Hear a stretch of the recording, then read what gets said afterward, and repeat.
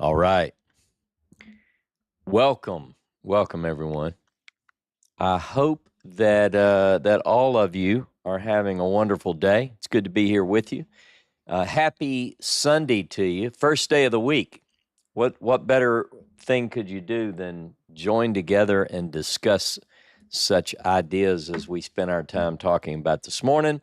I talked about. Now it's time to get some of your views, some of your opinions. I am very interested in hearing what you think. We're going to go for about 30 minutes with the whole world, basically. However many of you from the whole world are joined with us. And then we're going to spend a little bit more time with the Yachad. So I want to tell you, while I have everybody here and I'm waiting for those hands to jump up, just to remind a couple of things that are going on. Number one, the tour, I know the tour doesn't fit everybody's schedule, their pocketbook, whatever, but I've got 2 tours that I'm going to be part of in 2026 that I know of. I might do more. I've got a goal going into 2026 that was already in the works back before COVID and all of those kind of things, and the war, where I had a goal to bring 100 people a year to the Holy Land to do Bible tours, educational tours, and that is back in full swing. So I'm going to do 2 tours right now that I know of. One is a new tour. I say a new tour. It's new for me, and I just posted it, and it is live and ready to take, and is taking. Actually, I have at least 3. I don't know how many other signups are already signed up, and that's called the Horeb Institute Tour. I'm calling it From Zion to Zen. That means we're going to start in Jerusalem. As soon as you get off the airplane, you go straight to Jerusalem, where you will meet me. I'll be there. And by the way, everything about the tours, we're going to have special Zoom meetings where I explain to you, okay, here's how you get your ticket. And you may say, well, what day do I fly out? I'm trying to look on Delta's website. I'll help you with all that. You'll be fully taken care of, I promise you. So that's one tour. We're going to go from Zion. We're going to spend 3 nights in Jerusalem, 2 nights in the Galilee, where we stage for all the activities there. And then we're going to spend 4 nights in the desert at a place called Biblical Tamar Park. So it's going to be a great tour. It's going to be fun. I look forward to getting back in the land, God willing. Right now, things are looking good.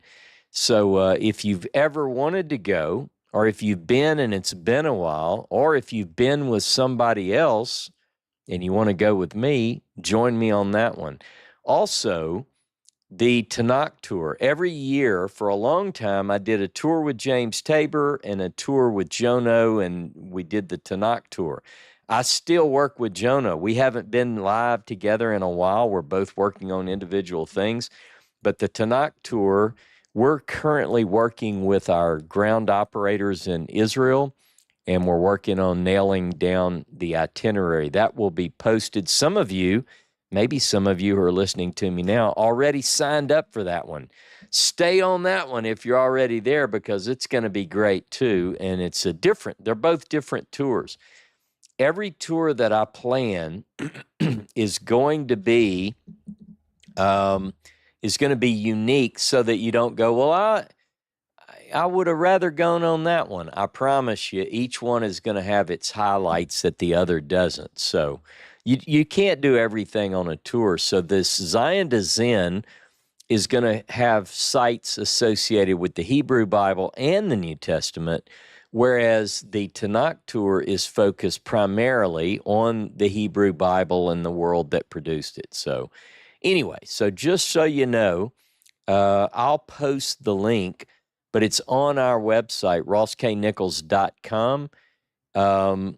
Seth has created a page that gives just a little bit of information about the tours that I'm part of, and then you take the link to sign up for the other tour. One more point about the tours: we still have space available on both. but I'm really thinking that the Zion to Zen tour, I've been told we're probably going to keep that around 20 to 25 people. And I've already got, I don't know how many, but I know of at least 3 people who've signed up, and they may have, they may have a spouse or a good friend signed up with them. I'm going to look at that later on. David asked a question about boating down the Nile. What we had originally planned to do Egypt, Jordan, and Israel on the Tanakh tour. We're still investigating the security risk associated with that 3-country tour. And that's one of the things that we're looking into right now. So some of the people who signed up for the Tanakh tour are waiting on us to republish that, and we're working on it. But that's not till November. This different tour is scheduled for March, so I want people to know about it quicker.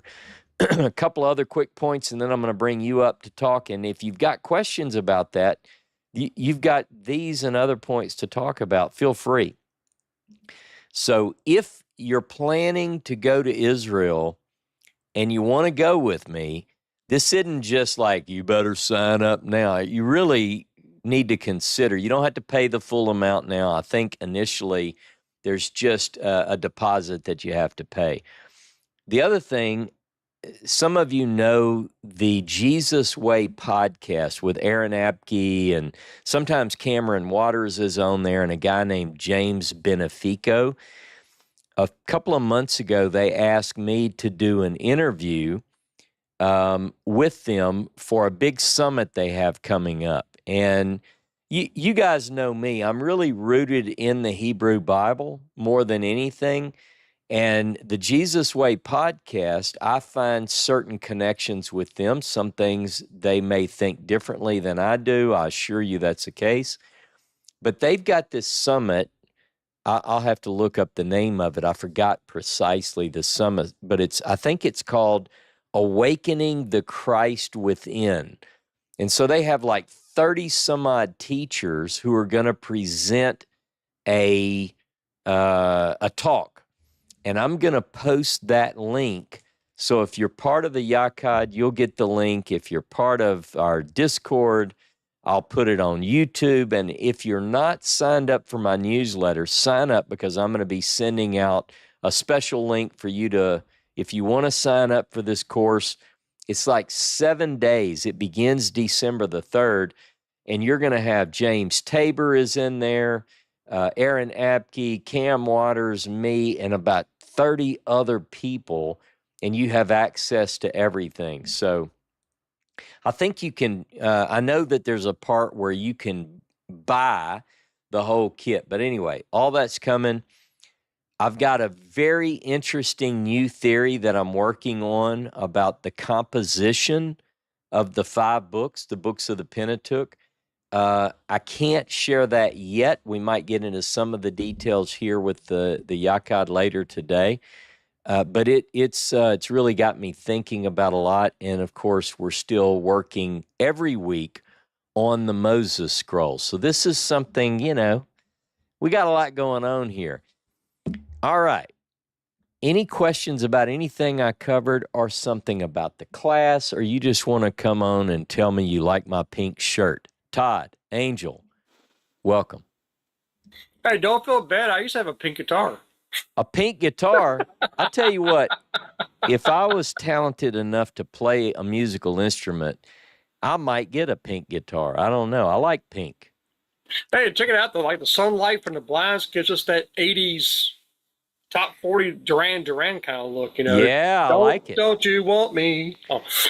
Angel, I just want you to know that you, my friend, are always in my prayers.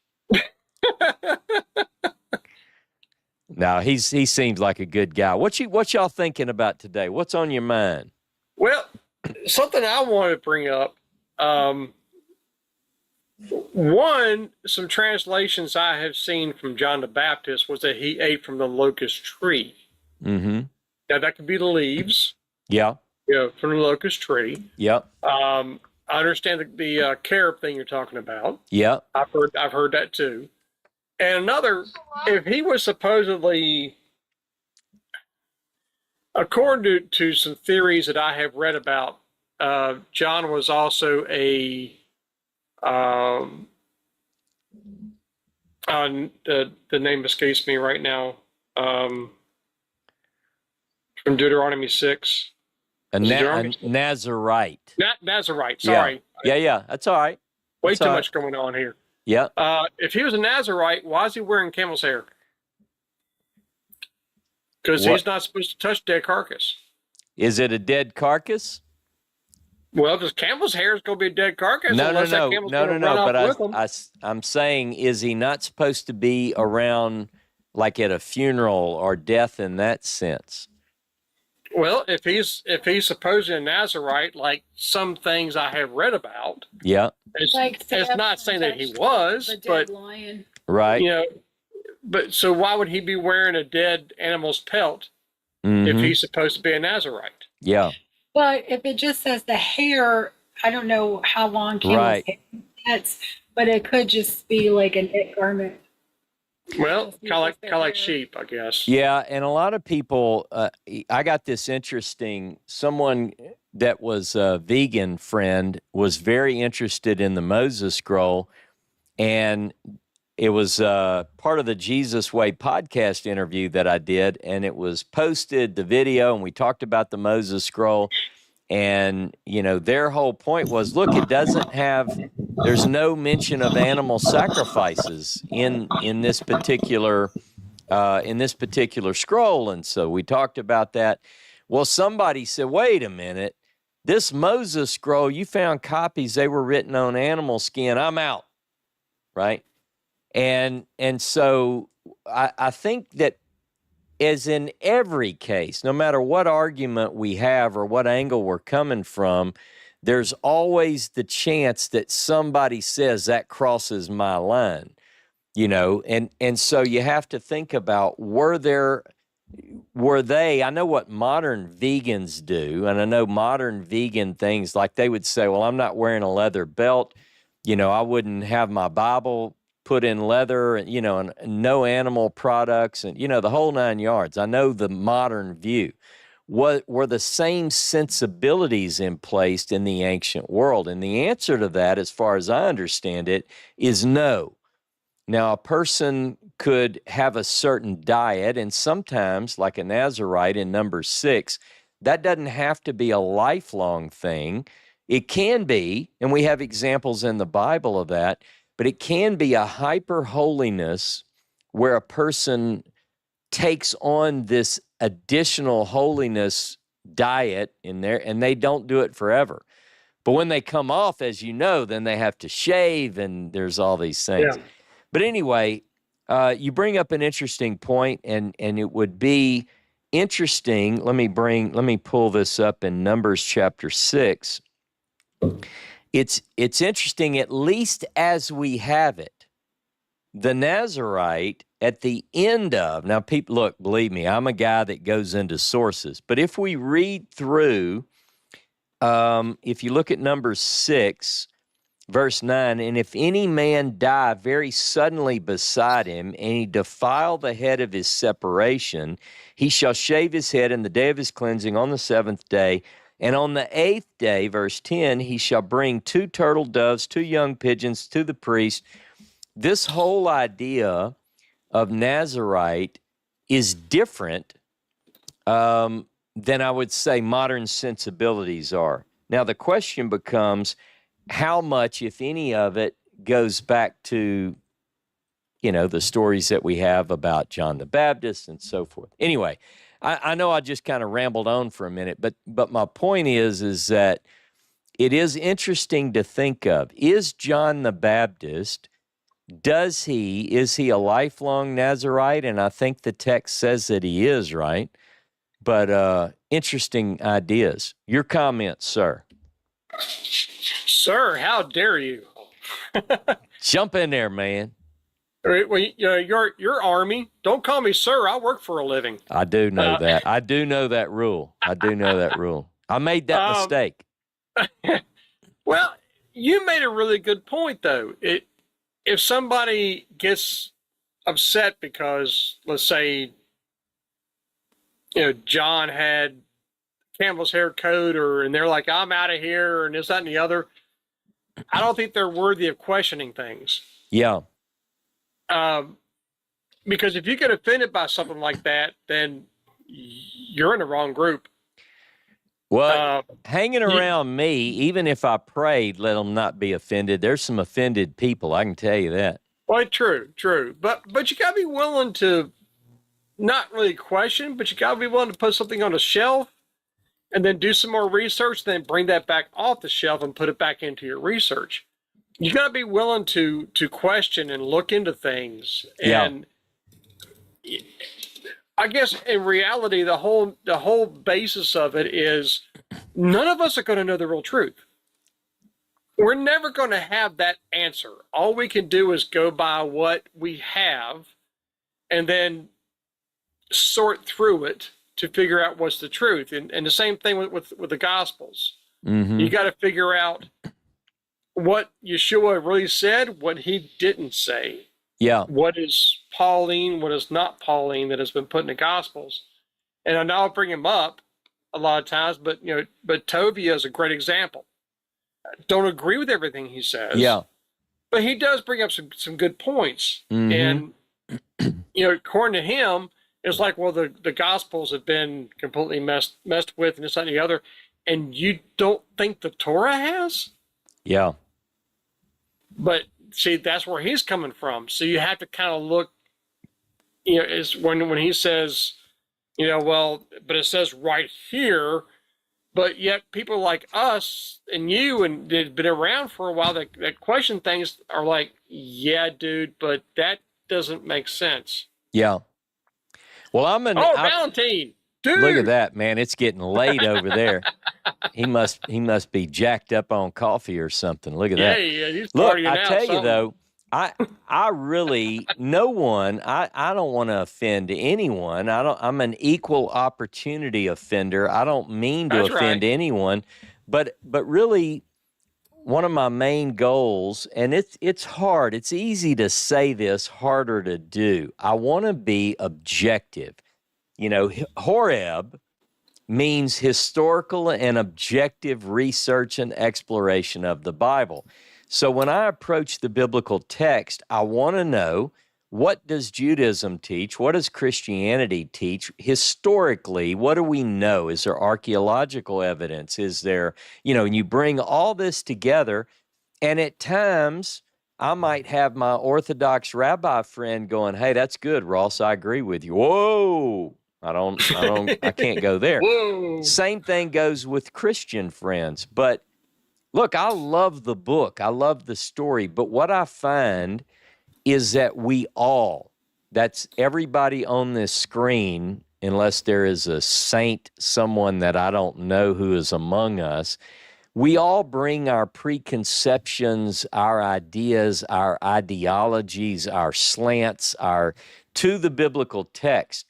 And if we are, whether it's a dietary concern or whatever, we look through that lens. I see it all the time. I've done it too. What I'm trying to do is say, like I heard one guy said one time, and I thought this was interesting, and at the time it offended me. He said, I think that the real Moses said this, I just don't agree with it. And I remember thinking, well, how dare you? But that thinking, the idea that, okay, well, this is biblical. This really represents the David of the Bible or the Jesus or the John the Baptist. I don't necessarily hold to these things, but I try to embrace the historical idea. Look at that. Karen's being a smarty britches. She said the only saint she knows is Saint Bridget. Like being married to me, you've got to be a saint. I would almost agree with that, though.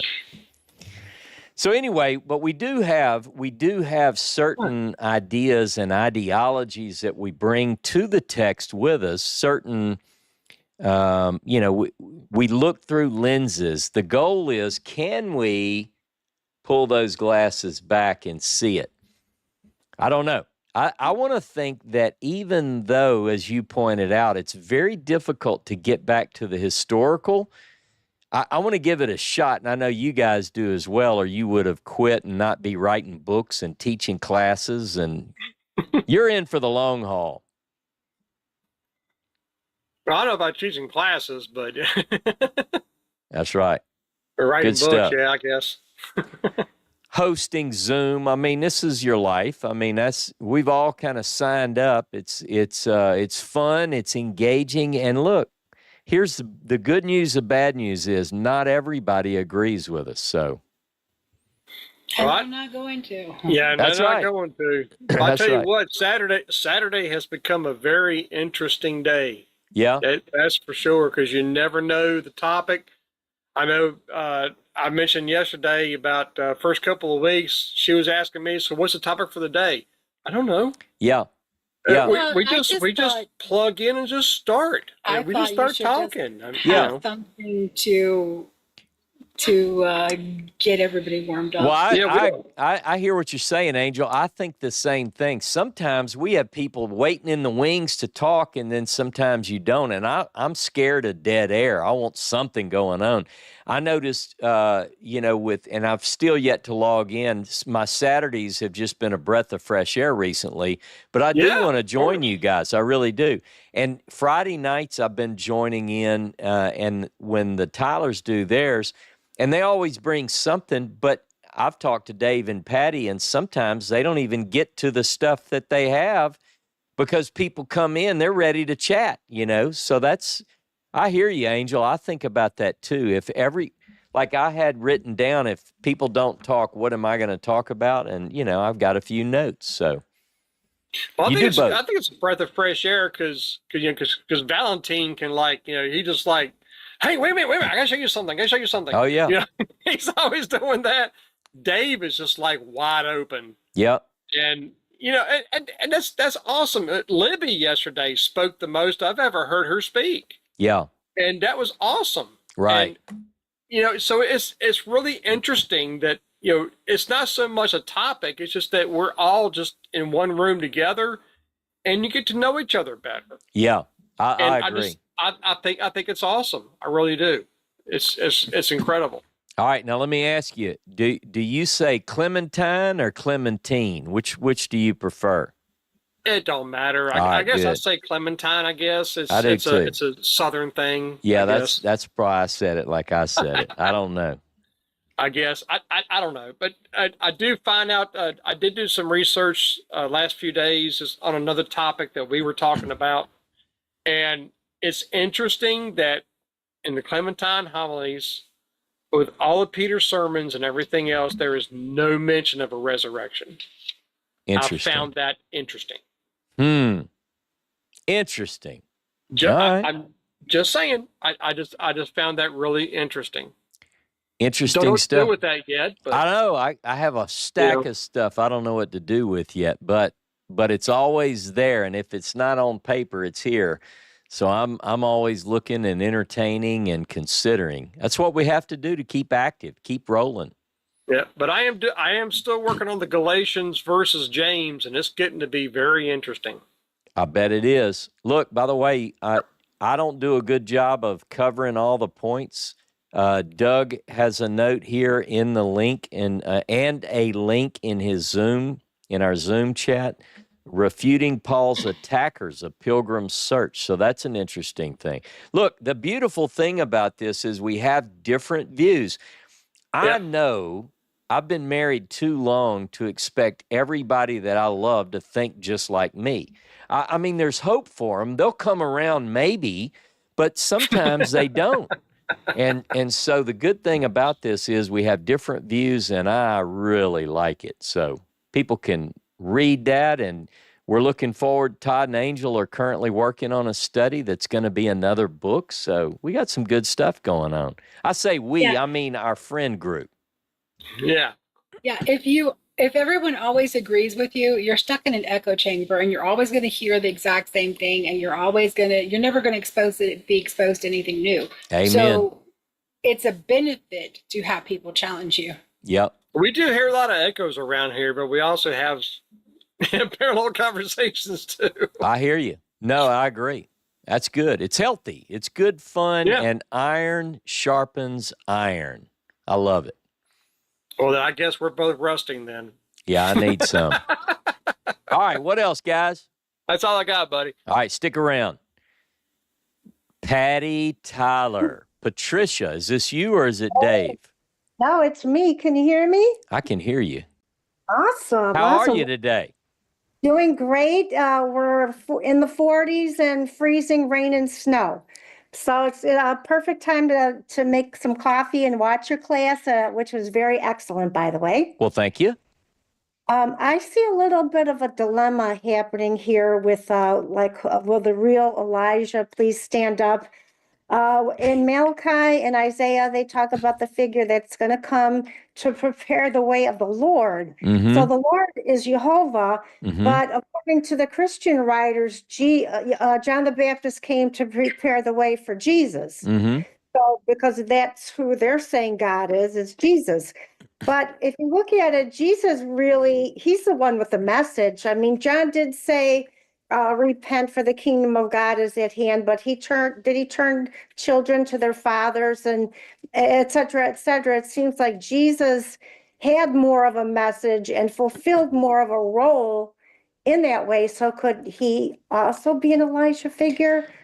Well, you bring up a real interesting point, and I think when we study, as we get into more of the study and we get into sort of this northern prophet idea that I think is going to come into this pretty heavily, you see Elijah and Elisha, and they work in tandem, at least for a certain overlap period, and then Elisha takes off. Elisha does more miracles than Elijah does. And that sort of follows what we see with John and Jesus, at least according to the sacred historians. So the question is, when it says he'll prepare the way before the Lord, does that mean that the guy who follows the messenger, is it saying he's Jehovah, or is it something about the way of Jehovah, preparing that way? That's the question, and I think you're as good as anyone to crack the code on, because I've studied with you for a long, long time. So that's what I really want to get into is, what is the message? What is the message? Isaiah talks about, behold your God. Well, a Christian, a fundamentalist Christian would go, well, there you go. John the Baptist is announcing the way of God. And, oh, by the way, Jesus is God. But is that really what it's saying? And I think that you're hitting on what is the essence of the message and what does it mean to prepare the way? Is it of the Lord or is it for the Lord? And does Lord mean what Christians think it means? I don't think. I think you're nailing it down. So that's the big question. What else, Patty? I know I see you mics off. No, that's it. That was a great answer. And I like the Elisha comparison. And I'm just looking forward to when you touch back on that. Thank you. Hey, I can't wait. Look, you guys, y'all don't get too cold up there. I know you and Dave both told me when I was there, no matter what, and Steve might have mentioned it too, you like that cold, though. I'm over here. I've got shorts and flip-flops on, so I'm not quite in the cold yet, but Oof, I mean, did I say I liked it? I don't remember. I think you said you always get excited at that first snow, and then maybe you get over it after that or something. Never seen me in flip-flops for 45 years. I get excited about the first one, but around February, March, I'm looking at houses on Zillow in Florida. So, I hear you. So anyway, thank you so much. I'll let somebody else, I think OV is next, or Karen. Okay, right. Thank you. Have a great day, everyone. Hey, I appreciate it. Now, before we bring OV up, we're going to tell our YouTube audience a good day. Thanks for joining us, and don't miss next Sunday. If you're part of the Yachad, please join the Zoom call, because I want you to be here. And thank you for joining us. We'll see you next week on Sunday School.